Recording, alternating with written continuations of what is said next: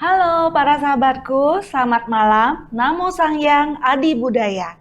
Selamat malam semuanya dan kembali bicara bersama acara Live and Mature di Shidi Channel pukul 8 malam dan setiap hari Jumat. Bersama Suyeni malam ini, acara lamar tentunya perlu teman-teman subscribe dan bunyiin loncengnya ya, karena penuh dengan video-video yang info up to date, kekinian, dan syarat dengan Dharma. Sekaligus di malam hari ini saya juga ingin memperkenalkan CD Counseling. Apa sih CD Counseling? CD Counseling adalah tempat untuk Anda mengadu, tempat Anda untuk curhat, atau tempat Anda untuk bertanya tentang masalah hukum, keluarga, kesehatan, ataupun ekonomi. Di sini kami siap hadir untuk mendengarkan Anda. Dan tentunya data Anda pasti private banget ya. Dan para konselor kami yang sudah profesional siap membantu Anda. Dan ini sifatnya free ya teman-teman. So silakan kontak ke CD Call Center 0811 9873 300. Kami hadir untuk mendengarkan Anda. Nah teman-teman, untuk malam hari ini acara lamar sudah siap di studio dengan dua narasumber yang benar-benar sangat ahli di bidang mereka masing-masing. Di mana dua narasumber ini profesinya sebagai seorang advokat dan konsultan hukum. Narasumber pertama kita adalah Ibu Yeni Suswati Astuti. Selamat malam Bu Yeni. Selamat malam. Terima kasih udah hadir ke studio kami ya Bu. Dan juga narasumber berikutnya adalah Bapak Oktavianus, seorang calon notaris dan dosen di STIH Painan. Selamat malam Pak Okta. Makasih juga ya atas waktunya ya. Oke, nah acara malam ini kita membahas topik tentang perjanjian kawin. Perlu nggak sih? Nah, perjanjian kawin ini sebenarnya awal-awal apalagi ya zaman-zaman dulu ya itu kadang-kadang suka pro dan kontra deh. Kadang-kadang suka dikategorikan, oh kalau bikin perjanjian sebelum nikah itu kok kayaknya nggak sayang ya. Kok kayaknya nggak percaya ya. Bahkan kadang-kadang ada pernikahan yang bisa batal gara-gara soal perjanjian kawin ini. Nah Bu Yeni ya pengen nanya nih ya, sebenarnya kalau kasus-kasus tentang perjanjian kawin ini itu ada pro dan kontra. Kebetulan juga kayaknya ada yang viral ya Bu ya. Tentang apa tuh Bu kira-kira? Ya, betul. Jadi sebelumnya ada warga negara kita yang menikah perkawinan campur namanya, perca istilahnya. Oh, okay. Jadi Ibu di tahun 2015 mengajukan judicial review kepada Mahkamah Konstitusi, sehingga lahirlah putusan MK tahun 2015. Nah, dengan dasarnya MK ini kita yang sudah menikah boleh membuat perjanjian kawin yang sebelumnya tidak diperbolehkan. Oh, tadi awalnya nggak boleh diperbolehkan ya Bu ya? Oke. Jadi perkawinan campur ini maksudnya perkawinan yang dimana dengan warga negara asing ya Bu? Betul. Oh oke. Nah ini yang jadinya akhirnya membuat kasus ini viral dan ujungnya menguntungkan atau gimana Bu? Ujungnya boleh dibilang menguntungkan semua pihak. Kenapa? Karena yang warga negara Indonesia sendiri yang menikah dengan antara WNI dan WNI yang sebelumnya melupakan bahwa perjanjian kawin itu penting, dan pada saat perkawinan berlangsung akhirnya mereka merasa perlu, itu akhirnya bisa ikut membuat juga. Oh keren ya. Jadi ya ini teman-teman jujur aja ya, perjanjian perjanjian kawin ini benar-benar sebenarnya malam ini akan kita kupas tuntas ya, antara maksudnya butuh nggak sih benar-benar dan kalau ketika kita mempunyai pasangan terus kita maksud itu diajukan tentang perjanjian kawin ini, jangan sampai jadi baper gitu ya. Intinya kita malam ini betul. Kan mau ngebahas tentang pokoknya kalau udah ada perjanjian kawin no baper ya. Oke. Oke Pak Okta, ini pengen nanya ya. Sebenarnya seberapa pentingnya sih? Tadi kan Bu Yeni kan udah ngomong ya, sebenarnya jangan sampai ada pihak ketika nikah nggak asik banget ya kalau nikah terus ada pihak yang kita pikirannya tuh udah tanda tanya gitu ya kayak rugi nggak ya gitu ya. Jadi sebenarnya seberapa pentingkah perjanjian kawin ini dan harus nggak sih sekarang ini gitu loh? Ya, kalau dibilang penting sih ya, apalagi di era yang sekarang ini, di mana biasanya kok sorry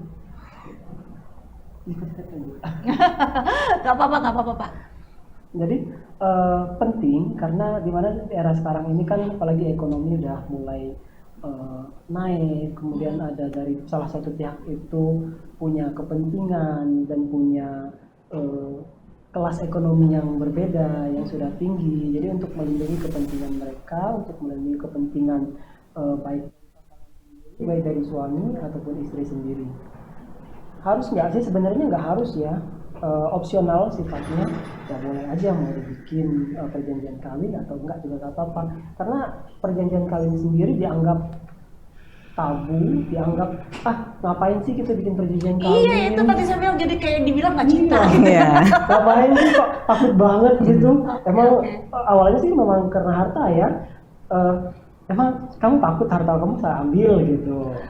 Tapi sebenarnya kalau ngomong jujur ya perjanjian kawin ini kan nggak cuma hanya batasan soal harta yang didapat. Nih harta yang jangan sampai ketika abis nikah mewarisi hutang juga kan sebenarnya kan itu. Melindungi juga. Misalnya apalagi zaman sekarang ya banyak KPR misalnya pembelian rumah gitu kan. Jadi ada salah satu pihak yang membawa hutang dan mungkin di suatu saat pada saat hutang berjalan dan sudah nikah KPR-nya macet, jadi yang si istri juga terbawa-bawa hartanya. Ya itu tadi yang sempat sebenarnya yang tadi pas kita ngobrol ya Bu Yeni ya, waktu sebelum nikah masih biasa-biasa aja, terus tiba-tiba berjalannya waktu. Nggak bisa ngomong bahwa sambil berjalannya waktu tiba-tiba si orangnya tiba-tiba jadi jadi sukses gitu ya. Dalam arti kata orang yang tadinya awal kayaknya dia nggak punya apa-apa, nggak apa-apa deh. Nikah tanpa tapi kan tiba-tiba namanya hidup kan bisa berubah ya, benar ya. Oke, nah kali ini Bu Yeni itu kalau misalnya nih mau bikin perjanjian kawin itu gimana proses pembuatannya Bu? Prosedurnya step by stepnya gitu. Ya, jadi sebenarnya untuk membuat perjanjian kawin itu sangat mudah. Cukup memuat data kita bagi para calon pasangan membawa KTP, akte lahir, kartu keluarga. Dan apabila pasangan kita yang akan menikah dengan kita ternyata statusnya pernah menikah atau mungkin dia menikahnya karena perceraian sebelumnya atau pasangannya sudah meninggal, maka harus dilampirkan apa penyebabnya, perceraiankah atau kematiankah, itu harus dicantumkan. Nah, itu datangnya ke notaris. Oh, notaris ya? Iya. Datang ke notaris, buatkan apa yang dimau oleh para pihak, dicantumkan dalam akta karena pada dasarnya akta itu adalah kesepakatan para pihak yang membuatnya. Jadi bebas kita bisa membuat apa saja, terutama setelah Undang-Undang Nomor 1 Tahun 74 ya, betul Pak Okta ya. Ya, itu kita bebas menentukan apa yang bisa dibuat dalam akta perjanjian tersebut. Nah, tapi begini Bu, kalau misalnya perjanjian kawin itu sebaiknya dibuat atau kebanyakannya dibuat itu sebelum nikah atau sesudah nikah Bu? Oke, jadi perjanjian kawin itu bagi yang kita sebelumnya tidak tahu, mungkin kebetulan menikah aja. Jadi pada saat Undang-Undang Perkawinan Nomor 1 Tahun 74 itu hanya memberikan kesempatan pada pasangan yang belum menikah. Jadi harus dibuat di akte notaris dengan sebelum menikah. Jadi pernikahan itu adalah sah di mata hukum dan hukum Indonesia adalah pada saat menikah di depan pemuka agama, kemudian disahkan di catatan sipil. Jadi pada dasarnya sebaiknya dibuat perjanjian kawin itu adalah sebelum dilakukan di pemuka agama. Oh, jadi pokoknya intinya perjanjian kawin ini harus dilakukan sebelum Iya. ya, sebelum ketok palu deh, Iya. intinya gitu ya. Iya, itu sebelum. tahun 1974 sampai dengan 2015. Oh, oke. Terus sekarang Sekarang dengan adanya putusan MK tahun 2015 itu boleh dibuatkan perjanjian kawin setelah menikah. Nah, itu boleh, bahkan perjanjian kawin yang merasa tidak diperlukan dibuat lagi dalam kehidupan rumah tangga mereka, itu bahkan boleh dibatalkan sekarang ini. Sebelumnya tidak boleh. oh bisa dibatalkan. Betul, Ibu. Oh, baru saya mau nanya Bu soalnya. Jadi perjanjian nikah yang sudah dibuat sebelumnya bisa dirubah nggak? Bisa dibatalkan? Ternyata bisa ya. sekarang. Setelah adanya putusan MK, betul ya Pak Okta? 2015 itu Iya. ya, berarti ya. Oh, oke. Ubah, tapi jangan merugikan pihak ketiga. Oh, Ada syaratnya. ada syaratnya Ada ya. syaratnya. Nah, ini sebenarnya asik nih, jangan merugikan pihak ketiga. Ketiga. Jadi sebenarnya perjanjian kawin ini ketika ada dibuat, ada klausul-klausulnya, itu apakah memang dibuat untuk orang yang punya duit aja atau yang punya harta banyak supaya nggak dianggap matre gitu, atau ibaratnya menunggangi untuk dapetin harta kekayaan itu gimana Pak? Awalnya memang iya. Awalnya dalam KUH Perdata itu memang iya khusus untuk harta, dan kebanyakan orang kaya yang bikin ya, yang punya banyak harta karena takut hartanya ya istilahnya tadi ditunggangi atau mungkin direbut sama pasangannya. Awalnya itu, tapi setelah Undang-Undang Perkawinan tahun 74 itu yang berlaku tahun 75 itu boleh apa saja. Boleh apa saja, tidak melulu tentang harta. Oh, gitu. Tidak melulu tentang harta, boleh melarang untuk selingkuh, boleh. Oh, boleh. Wah. Itu kan yang bukain bagusnya. Kayaknya keren juga tuh. Ya, ibaratnya kalau perjanjiannya apabila selingkuh. Oh, itu ada konsep dicantum ya? Boleh. Oh. Nah, Ya. pernah ada ya. Ya, karena pada dasarnya perjanjian itu adalah bagi kedua belah pihak. Ya. Apa yang diinginkan oleh kedua belah pihak itu. Tergantung kepentingan mereka, apa yang mau mereka atur, dan bebas. Oke. Yang penting tidak melanggar norma dan hukum. Oke. Nah, apakah harta yang dimiliki sebelum, jadi kalau misalnya nikah nih, terus kebetulan ya nikah orangnya Kaya gitu ya. Kaya gitu ya. Apakah harta itu maksudnya yang terjadi sebelum nikah itu akan termasuk di perjanjian atau gimana ya? Maksudnya dicantumkan itu ya? Iya, Bu? iya. Ya, jadi pada dasarnya karena perjanjian adalah bagi kedua belah pihak, boleh-boleh saja dicantumkan dalam akte. Buat listnya boleh. Oh, pokoknya hartanya yang ini Iya. ini boleh ini boleh bagi dua, yang ini enggak gitu. Ini punya saya, ini punya kamu gitu. Gitu Kamu ya. mau nikah bawa apa? Ya, jadi boleh Bu, mungkin boleh mau di list si A bawa apa, si B bawa apa. Tetapi pada dasarnya harta itu kan tidak kekal. Mungkin di jalannya waktu akan dijual atau diganti. Nah, itu yang banyak akhirnya pasangan juga merasa buat apa? Yang penting kan ketahuan. Seperti contoh membeli rumah. Membeli rumah di sertifikat itu akan terlihat kapan didapat. Siapa pemiliknya, itu amat sangat jelas. Jadi sehingga untuk yang barang-barang bergerak maupun tidak bergerak, selama ada bukti ya Pak Okta, Betul. itu sebaiknya sih tidak usah dicantumkan, tidak apa-apa. Toh terlihat kapan jelas kepemilikannya. Nah, tapi kalau termasuk nggak Bu, misalnya ternyata pas menikah nih, sebelumnya udah ada perjanjian kawin ini, terus setelah menikah, apakah setelah menikah tetap misalnya rumah yang dibeli setelah menikah itu akan menjadi harta bersama, atau bisa diikat lagi dari perjanjian yang kawin dari awal, atau gimana? Pak Okta mau jawab? Jadi pada saat menikah dapat harta nih, misalnya belum ada perjanjian kawin. Sudah. Sudah. Misalnya dia Kalau punya- sudah perjanjian kawin ya pisah tetap siapa yang nama di sertifikat. Jadi kalau misalnya intinya adalah kalau misalnya punya perjanjian kawin itu ternyata ada pembelian rumah dan punya siapa ya itu. Ya, Tapi itu kalau punya berdua gimana? Nama dua-duanya dicantumkan. Oh oke paham wow ya. Jadi ini benar-benar ya teman-teman ya perlu banget ya supaya kita bisa ngerti gitu ya. Nah ngertinya nih ya. Ngertinya apa nih Bu? Jadi gini Bu Yeni mau nanya lagi nih, mungkin nggak ketika terjadi perjanjian kawin itu ada beberapa klausul, mungkin nggak itu sebagai notarisnya membuat klausul ada yang bisa merugikan satu pihak atau gimana gitu? Yang tadi kita sebutkan di awal Bu, perjanjian itu dibuat untuk kepentingan para pihak. Jadi pada dasarnya notaris memberikan rambu-rambu apa yang jangan memberikan berat sebelah. Seperti itu pada dasarnya. Kemudian dibuat berat sebelah itu dalam hal apa? Misalnya saya sudah akan menikah, saya sudah membawa satu harta, tidak mungkin juga akan saya bagikan ke pihak calon suami. Itu tidak mungkin. Kenapa? Karena memang sudah dimiliki sebelumnya. Sementara undang-undang sendiri menyatakan tidak ada jual beli antara suami dan istri. Itu seperti itu. Jadi kalau misalnya berat sebelah, saya rasa tidak. Tapi pendapatnya Pak Okta mungkin berbeda.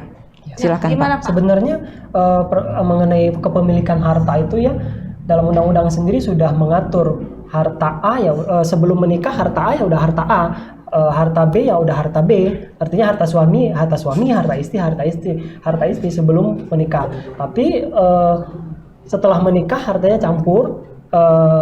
Harta yang diperoleh setelah menikah itu campur. Tapi setelah menikah harta bawaan itu tetap masing-masing punya masing-masing. Nah dengan adanya perjanjian kawin ini ditegaskan lagi punya si suami yang sebelum menikah ini dia punya ini gitu. Jadi memang punya dia dan nggak bisa diapa-apain. Dan si maksudnya yang nggak diapa-apain itu si istri nggak bisa ngapa-ngapain karena memang punya bawaan dia. Nah dengan perjanjian kawin ini ditegaskan lagi bahwa itu masing-masing punya pihak. Ya. Tapi kan ada juga yang ibaratnya yang namanya pernikahan bisa jadi misalnya contoh nih ya, saya ambil contoh istri nih misalnya dia menikah terus dia ada bikin perjanjian yang dimana perjanjian itu mungkin nggak ada tertulis bahwa nanti setelah dia bercerai dia tidak boleh minta bagi harta yang setelah menikah segala macam, padahal misalnya atau tidak mendapatkan warisan anaknya atau gimana, itu mungkin nggak sih terjadi? Atau notarisnya apa ketika itu perjanjian itu harus terjadi, notarisnya udah warning duluan ngasih tahu ke pihak yang dirugikan atau gimana Bu? Ya, jadi balik lagi tadi ke perjanjian. Perjanjian di rambu-rambunya sudah ada, tidak boleh perjanjian kawin itu melanggar hukum, melanggar norma-norma, itu tidak boleh. Jadi di undang-undang sendiri sudah ada, sehingga pada saat perjanjian apabila perjanjian kawin dibuat itu dibatasi untuk tidak memberikan klausul yang menyatakan apabila dia mati atau meninggal itu warisannya jatuh ke siapa, itu tidak. Dibatasi untuk hal itu, sehingga nanti ada keterangan waris yang akan mengatur tersendiri. Kita boleh berwasiat, berwil, apa yang kita inginkan, itu yang dicantumkan dalam akte tersendiri. Nah, itu berbeda jenisnya. Jadi pada dasarnya akte perjanjian kawin ini dibuat untuk perjalanan pernikahan.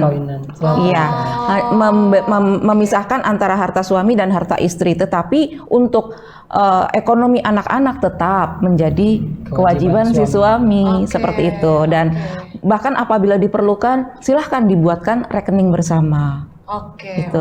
Nah Pak Okta mau nanya nih, kalau hutang gimana? Hutang di sama. situ bisa klausulnya secara jelas bahwa hutang itu tidak ditanggung bersama gimana? Kan hutangku kan jawab juga. Harta di sini kita ngomongin harta itu nggak cuma harta aset ya, aset yang aktiva, tapi juga pasifa. Kewajiban juga ya kalau didapat sebelum menikah ya siapa yang membuat dia yang bertanggung jawab. Oke. Jadi nanti kalau terjadi apa-apa, kelewatan prestasi, si yang bertanggung jawab itu nggak bisa menuntut dari kawan kawinnya untuk melunasi punya dia. Oke. Gitu. Atau dari harta bersama yang khususnya harta yang didapat setelah pernikahan ya. Kalau sebelum pernikahan emang kan nggak bisa ya. Nah tapi kalau setelah pernikahan, harta yang didapat mereka setelah pernikahan itu nggak bisa dibebankan Jadi ke nggak salah bisa satu. diganggu gugat nih ya Punya ceritanya ini ya. masing-masing. Dan Iya. itu berlaku selama perkawinan saja. Kalau putus kalau putus perkawinan karena cerai juga sama, balik lagi ke siapa yang pemiliknya. Jadi nggak ada mau nanti pembagian harta lagi ya. Nggak perlu. Nggak perlu Sudah lagi. tidak Iya, perlu lagi nggak ya. perlu pembagian, Kecuali kan yang jelas. memang harta bersama Harta itu bersama yang ada itu. tertera dua Iya. nama ya Iya, berarti ya. itu yang Jadi- harus dibagi. Ya, sebagai contoh nih, misalnya saya menikah dengan Pak Okta, ada perjanjian kawin, berjalannya waktu nggak cocok nih, ih kamu punya pacar lagi ya, gitu. Nah, itu misalnya jadi perceraian. Berhubung kita punya perjanjian kawin, ada pisah harta, ya cerai-cerai aja, nggak perlu memisahkan harta. Nggak usah ada harta Iya. gonogin gini Iya, lagi ya. ada. berarti Nggak ya. repot jadinya. Betul. Nggak Oke. Kita repot. bisa bertindak secara sendiri-sendiri. Oh oke oke. Demikian dalam perkawinan juga. Kalau saya memiliki sesuatu, saya mau menjual, tidak perlu persetujuan pasangan untuk untuk menjual. Menjaminkan Tapi- juga sama. Iya. Tapi kalau kita ngomong, aku punya, mau aku jual ya, itu ya wajib. Ya, namanya suami istri gitu. Tapi saya selaku kawan kawinnya tidak harus ikut tanda tangan sebagai tanda persetujuan. Ya, setahu saya harus ada tanda tangan kali Iya, ini enggak ya, enggak karena perlu. sudah dari awal sudah Iya. ada. Sudah pisah karena punya Sudah hak bisa, kita ya. masing-masing. Kalau punya saya, ya sudah saya mau apakan itu sertifikat atau tanah itu, dia nggak tahu menaung. Gitu. Bukan nggak tahu menaung sih, tapi nggak ikut campur karena memang pisah ya sudah urusin aja sendiri. Mau menghadap ke notaris ya nggak bawa-bawa dia, saya tinggal bawa akte perjanjian kawinnya saja. Akan tetapi diperbolehkan Iya. apabila saya misalnya, ini hanya sebagai kasus, saya bukan pasangannya gitu. Hanya sebagai kasus. Jadi misalnya saya adalah istrinya Pak Okta, kemudian saya akan membeli sesuatu, tetapi karena ngerasa aku nanti kelihatannya takutnya nggak cukup bertanggung jawab untuk ini, boleh dong kamu ikutan tahu atas harta yang aku miliki ini dan ikut memberikan persetujuan. Jadi dianggap di orang ketiga, anggap aja perjanjian kawin ini tidak ada, boleh, itu Bisa masih ya? boleh. Iya, Yang itu penting dimungkinkan. Ada surat, mungkin surat aturan baru lagi atau gimana? Tidak. Jadi pada saat si suami ikut campur dalam harta si istri, artinya dia ikut bertanggung jawab atas perbuatan si istrinya. Misalnya istrinya membeli dan menjaminkan, di situ ikut tanda tangan, pada saat menjual pun dia harus ikut. Oh gitu. Iya, dalam proses pinjam meminjam misalnya, Iya, dia ikut mengetahui pembelian itu dan KPR-nya pada saat dilakukan pembeliannya itu ada tanda tangan si suami. Artinya pada saat dia menjual, dia sudah harus ikut bertanggung jawab juga. Tidak boleh begitu saya menjual, dianya tidak ikut campur, nggak boleh. Karena pada dasarnya pada saat membeli dia sudah ikut campur, sudah ikut bertanggung jawab. Itu inti dari perjanjian kawin. Apabila kita mendeklar kepada pihak ketiga kita pisah, ya pisah. Tapi pada saat kita bilang ini ikutan campur, dalam hal itu ke depannya pun harus ikut campur untuk harta yang itu saja. Oh oke. Jadi ada beberapa case yang memang bisa ya Bu ya. Oke, ini mau nanya lagi nih Pak Okta kali ya. Oke. Boleh. Sebagaimana diterangkan pasal 141, terpaksa nyontek ya Pak ya. Soal pasal-pasal ya. Takut salah. Sebagaimana diterangkan pasal 141 KUH Perdata bahwa para calon suami istri dalam perjanjian tersebut tidak boleh melepaskan hak atas warisan keturunan mereka pun tidak boleh jadi keturunan mereka pun tidak boleh mengatur warisan itu. Maksudnya apa ya? Artinya itu tidak boleh mengatur mengenai warisan dan misalnya dia menghilangkan hak waris dari si pasangan kawinnya, itu nggak boleh. Nah itu dia yang dibilang sama Bu ini tadi, ada aturan-aturan yang nggak boleh dilanggar. Nah termasuk yang itu karena itu kalau untuk warisan dia pertama belum terbuka warisannya, kan warisannya terbuka setelah meninggal ya, si pemiliknya itu meninggal. Nah itu kalau sudah meninggal perjanjian itu sebenarnya bisa dibilang nggak berlaku. Nggak berlaku. Nggak berlaku. Jadi tetap harta si suami itu, ahli warisnya termasuk istri, berhak atas harta itu meskipun dengan perjanjian kawin. Jadi nggak boleh menghalangi hak waris dari si pasangan kawin sendiri karena warisannya belum terbuka, dan kalau mau dihalangi pun harus dengan akte wasiat, dan itu udah beda lagi. Oh gitu. Nah Bu Yani ada yang mau tambahin Bu? Ya, jadi untuk masalah waris itu kayaknya masalah yang sangat krusial ya. Iya. Dan itu ada kalau soal waris-waris sudah Bisa masalah bikin krusial, berantem. bikin berantem. Bisa nggak kenal ya Bu. Kalau kita nonton drakor-drakor, Bu banyak bunuh-bunuh. Gara-gara warisan. Gara-gara Tidak cuma warisan. Mengerikan. drakor loh, Bu. Di Indonesia juga banyak. Iya. Kita saudara satu kandung aja bisa pisah gara-gara. Gara-gara waris. Iya. Kalau katanya kalau sudah soal duit nggak kenal saudara, Iya. ya. Tanah kuburan belum kering udah. Iya. Warisan. Gimana Ya, Bu? jadi kalau untuk tadi pertanyaan apa ya Bu? Gara-gara ngegosip kita Bu.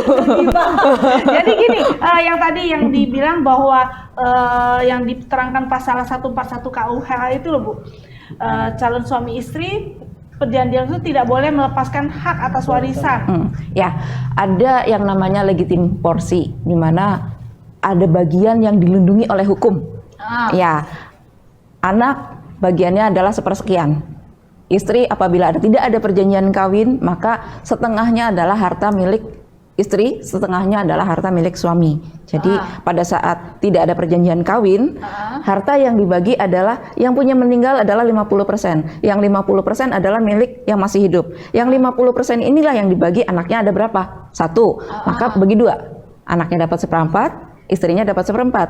Jadi bagian istri adalah 3/4, bagian anak adalah 1/4. Itu kalau tidak ada perjanjian kawin. Berbeda hasilnya apabila kita punya perjanjian kawin, pasangan kita meninggal, maka 100% hartanya dibagi 2 dengan anak. Itu. Harta masing-masing. Begitu ya. Harta Jadi yang si meninggal. iya, jadi untuk si anak jadi dapatnya tuh Lebih memang besar. lebih besar. Catat ya, teman-teman, catat ya.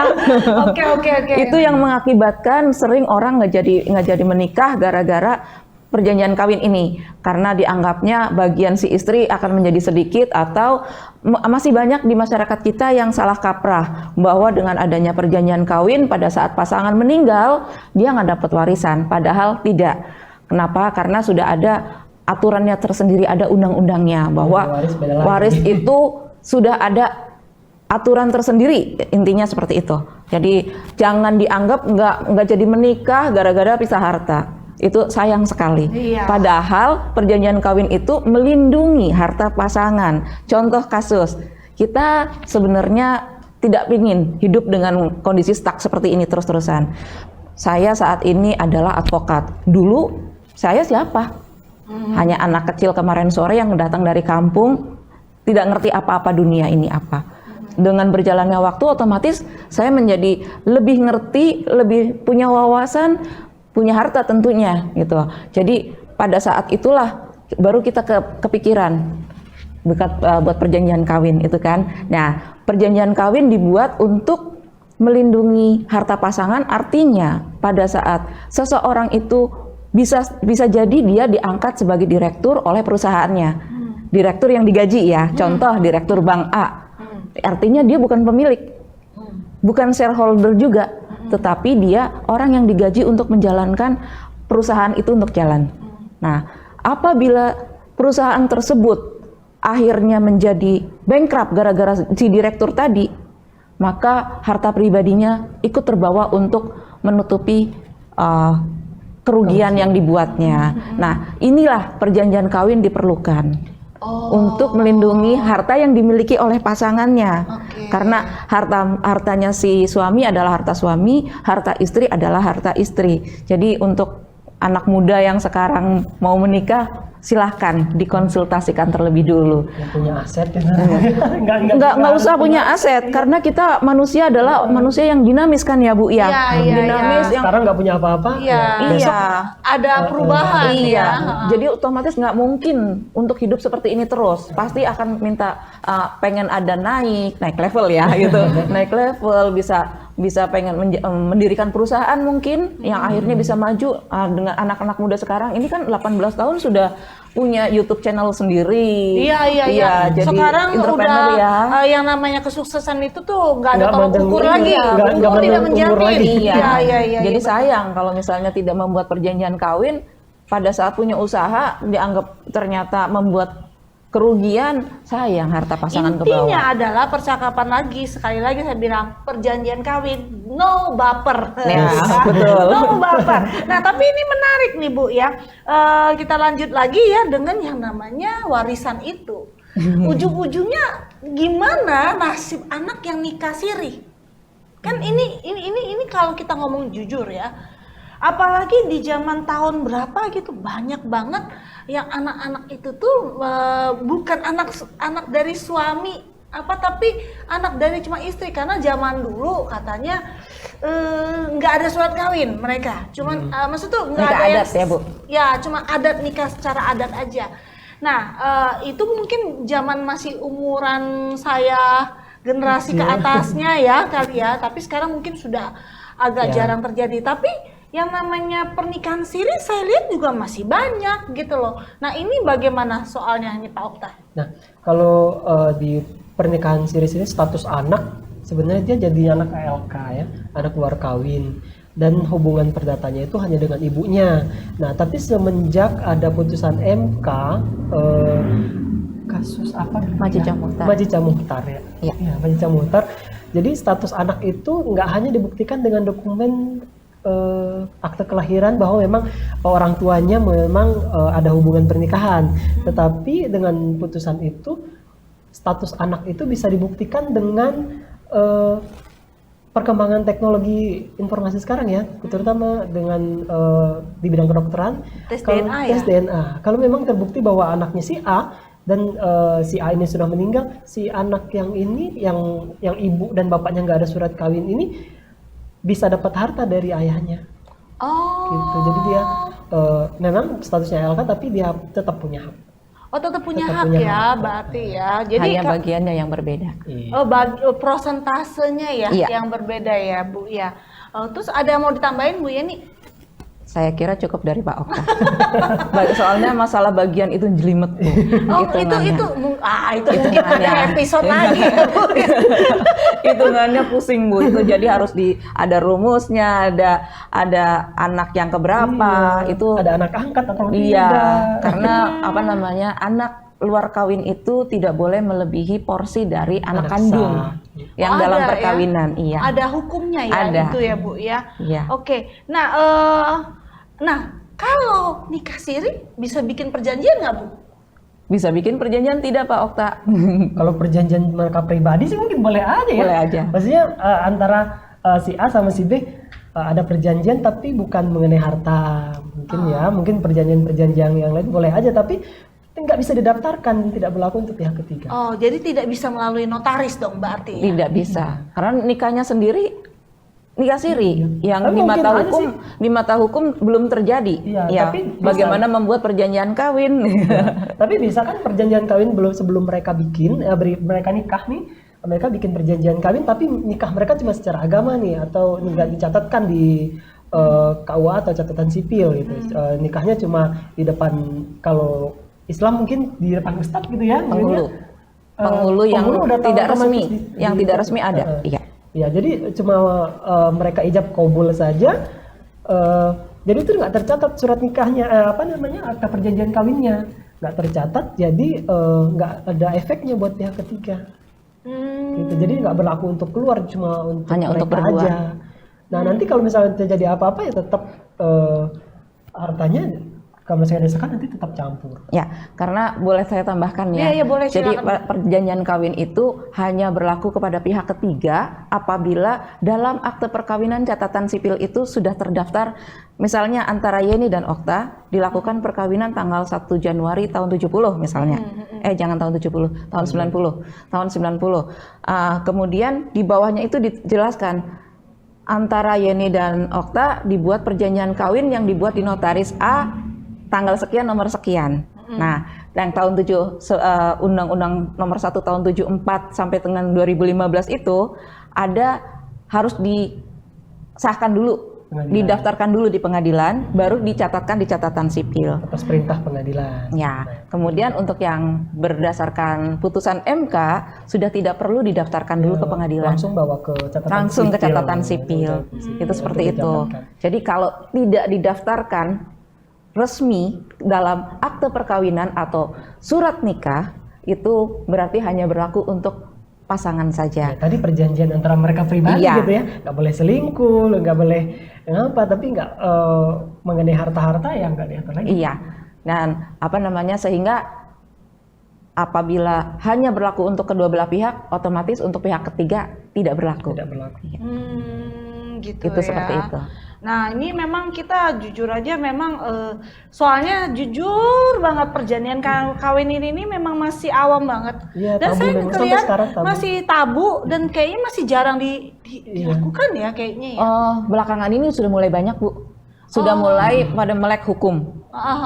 Bahkan saya pernah punya klien yang ngerasa sayang sekali kenapa saya tidak membuat perjanjian kawin gitu. Rada nyesel gitu ya. Ya, padahal ternyata ada efek ekonomi yang ditimbulkan karena perkawinan itu, ada yang jatuh, ada yang meningkat, itu seperti itu. Kemudian dengan dasar putusan MK tahun 2015 itu mereka berbondong-bondong membuat. Jadi kita berterima kasih dengan adanya putusan MK tersebut. Orang yang sudah menikah akhirnya bisa memisahkan. Tetapi pemisahan harta yang sudah menikah ini berbeda ya, Bu. Berbedanya karena pada saat kita sudah menikah kemudian baru dibuat, artinya ada pihak ketiga yang bisa dirugikan. Misalnya contoh saya sedang KPR. Nah, itu pada saat saya sedang KPR, saya membuat perjanjian kawin, artinya kan ada pihak bank yang dirugikan, pihak ketiganya yaitu bank. Jadi sebaiknya untuk pembuatan perjanjian kawin itu pun berlakunya setelah terdaftar dari catatan sipil, yang artinya harta yang dimiliki sebelum didaftarkannya perjanjian kawin itu tetap harta bersama. Tetap harus persetujuan kalau mau dialihkan atau mau dijaminkan. Setelah pendaftaran perjanjian kawin baru yang miliknya suami milik suami, yang miliknya istri milik istri, itu seperti itu. Oke. Nah, berhubung ini sudah menjelang penutup, ada pesan-pesan Pak Okta buat penonton di sini supaya ya itu tadi saya bilang sebenarnya tadi masih ada yang tabu segala macam. Meskipun kata Bu Yeni udah mulai banyak, tapi supaya teman-teman yang dengerin malam ini nih punya kesadaran ya, teman-teman lebih tepatnya punya kesadaran gitu ya. Jangan baper, jangan apa. Silakan Pak Okta. Jadi perjanjian kawin itu bukan suatu hal yang tabu, bukan suatu hal yang bisa dibilang memalukan gitu ya. Bukan suatu yang memalukan untuk dibikin karena itu menguntungkan para pihak masing-masing. Apalagi kan sekarang ini para pihak itu suami istri itu punya kesibukan, istrinya berkarir, suaminya kerja dan punya kesibukan masing-masing. Nah, ketika akan dialihkan itu aset yang dipunya tidak perlu lagi merepotkan atau membutuhkan persetujuan dari pasangan kawinnya. Karena nanti misalnya, suaminya lagi keluar kota, si istrinya ini mau ngejual tanah tapi nggak bisa nih, harus nunggu suaminya pulang. Jadi kan kalau dengan perjanjian kawin ya nggak perlu repot-repot lagi, harus nunggu. Meskipun memang ada instrumen hukum lain, tapi itu memudahkan dan juga menguntungkan, terutama kalau di Indonesia kan laki-laki itu dominan ya mengenai itu. Jadi yang dilindungi itu khususnya adalah perempuan. Itu menguntungkan pihak perempuan sih sebenarnya ya. Meskipun ya laki-laki juga nggak mungkin dirugikan ya, tapi dari kita kan memang laki-laki itu dominan biasanya. Nah, Bu Yeni, ya sebagai wanita yang tadi mau Hidup wanita. supaya perjanjian kawin itu kan sebenarnya melindungi hak-hak wanita, menguntungkan wanita. Nah, di garis bawahi, distabiloin kalau perlu ke pemirsa. Biar silakan Bu. Iya kan, karena kan biasanya dari pihak perempuannya kan yang Iya, nggak usah takut. Jadi teman-teman yang hendak membuat perjanjian kawin itu nggak usah takut. Bukan berarti tidak cinta, bukan berarti nanti aku bagaimana, nanti aku pada saat perkawinan bagaimana posisiku, itu nggak usah takut. Karena dalam perjanjian kawin intinya adalah dibuat oleh kedua belah pihak, yang artinya perempuan punya kekuatan, laki-laki punya kekuatan. Silahkan cantumkan aja apa yang diinginkan selama tidak melanggar norma dan hukum. Ya, artinya bisa mencantumkan kedepannya anak-anak itu menjadi tanggung jawab siapa. Otomatis ekonomi tetap menjadi tanggung jawab kepala keluarga. Apabila merasa dengan perjanjian kawin ini anak-anak nanti siapa yang akan membiayai sekolahnya, cantumkan saja dalam perjanjian kawin itu. Rekening bersama dibuat, kemudian ada satu lagi mungkin yang merasa agak ketakutan tidak dibuatnya dengan dibuatnya perjanjian kawin, ternyata aku nasibnya ke depan akan seperti apa gitu. Silakan dibuatkan klausul yang menyatakan bahwa apabila wanita itu tidak bekerja pun tetap memiliki harta apa? Boleh. Saya rasa boleh karena itu keinginan para pihak. Jadi memiliki apabila suami membeli sesuatu, saya pun harus kebagian misalnya. Boleh. Boleh karena itu kan perjanjian yang diperjanjikan kedua belah pihak. Toh pada dasarnya perjanjian kawin itu akan gugur apabila hanya bercerai dan meninggal. Ya, nggak usah ketakutan apabila dengan perjanjian kawin ini artinya saya mau diceraikan. Bukan berarti seperti itu. Kita melindungi harta kita ke depannya justru apabila si suami itu membuatkan kerugian atas perusahaan. Atau mungkin dengan dasarnya saya adalah wanita yang dinamis, nanti saya akan maju. Ayo, siapa takut bikin perjanjian kawin? Siapa tahu saya yang malah lebih maju banyak gitu. Sekarang kan ada yang influencer segala macam, yang ibu rumah tangga aja banyak yang sukses ya. Sekarang kan lebih kaya istrinya, penghasilannya lebih tinggi daripada suami. Banyak seperti itu. Jadi semangat wanita, jangan takut bikin perjanjian kawin. Oke, makasih atas waktunya Bu Yeni, Pak Okta ya. Terima kasih. Perbincangan yang seru banget ya. Mungkin mudah-mudahan nanti kita ada episode berikutnya ya yang pasti yang klausulnya banyak, barisan gitu ya. Oke, nah teman-teman ya, buat teman-teman semua ini ada informasi penting banget buat teman-teman juga ya. Beragam informasi yang bisa Anda peroleh dari aplikasi Budayana. Jadi download aplikasi Budayana, silakan dibuka App Store atau Play Store-nya ya. Di sini ada agenda kebaktian, berita kegiatan, artikel Buddhis, juga bisa mendapatkan kartu tanda umat Buddha dan banyak lagi fitur-fitur lainnya. Jadi jangan sampai nggak di-download ya aplikasinya ya. Apalagi kalau teman-teman sebagai umat Buddha jangan ketinggalan infonya. Dan juga sekali lagi kayak malam ini kita membahas tentang perjanjian kawin yang jujur aja masih banyak orang menabukan masalah ini.